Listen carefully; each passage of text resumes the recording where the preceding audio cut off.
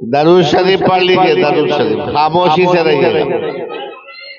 اللہم صلی علی محمد وعلی آل محمد کما صلیت علی ابراہیم وعلی آل ابراہیم انک حمید مجید.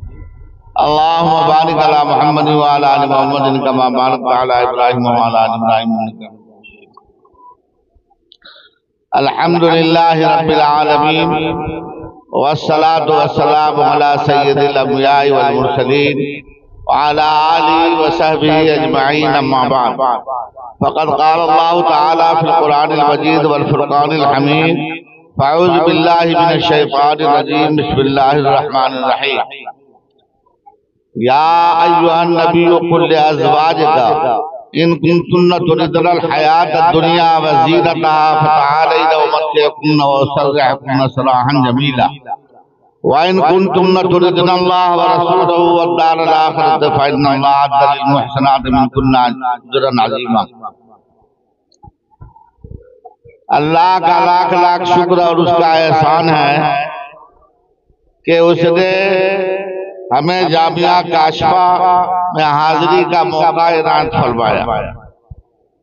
دیکھیے جتنی طلبہ طالبات ہیں اور ان کی پڑھانے والی معلمات اور جتنے حضرات اساتذہ ہیں، یہ سب مبارک قابل مبارکباد ہے کہ یہاں آپ لوگ تشریف لا کر یہاں تعلیم و تعلم کا سلسلہ جاری ہے.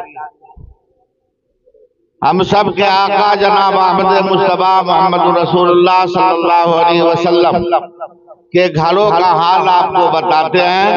ابھی جو میں نے آیت تلاوت کی یہ 21ویں پارے کی آخری آیت ہے. الٹ کے دیکھ لیجئے گا جن کو دیکھنا ہوگا.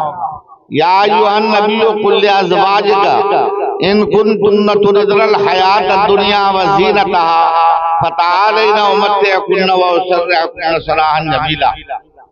اللہ رب العزت نے اپنے نبی صلی اللہ علیہ وسلم کو مخاطب کر کے فرمایا کہ اے نبی آپ کہہ دیجئے اپنی عورتوں کو کہ اگر وہ دنیا کی زینت اور عائش چاہتی ہیں تو وہ کنارہ کشی آپ سے کر لیں.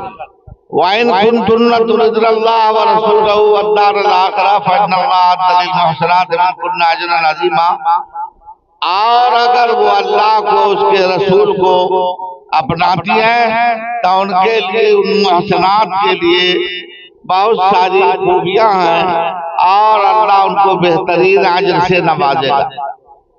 اصل میں واقعہ یہ پیش آیا کہ جنگ احزاب کے بعد جنگ احزاب میں آپ کو بہت تکلیف پہنچی چونکہ منافقین اور یہود کا مقابلہ تھا.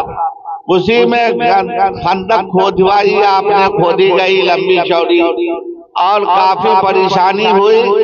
کفار کی تعداد اس وقت تقریباً 12,000 تھی اور مومنین یا مومنات کی تعداد وہ 3,000 تھی. کہاں 12,000 اور 3,000 کا مقابلہ ہو رہا. لیکن اللہ نے فتح دے. بابو آپ تو خاموشی سے سنیں.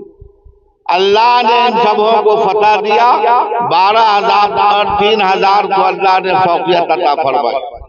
اصل کہنا یہ ہے کہ دین جب آپ کے اندر آئے گا، دین کی پختگی اگر آئے گی تو آپ تھوڑے پر بھی زیادہ قناعت کر سکیں گے.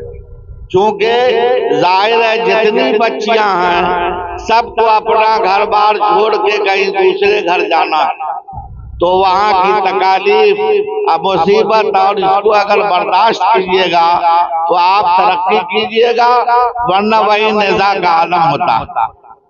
تو چونکہ سب سے آخری قصہ یہ دربار نبی صلی اللہ علیہ وسلم کا اور بھی لڑائیاں ہوئی بنو نذیر سے، اور ان سب کے بعد کیا ہوا کہ مال غنیمت زیادہ سے زیادہ آیا. چونکہ جانتی ہیں آقا صلی اللہ علیہ وسلم کے دربار میں اما عائشہ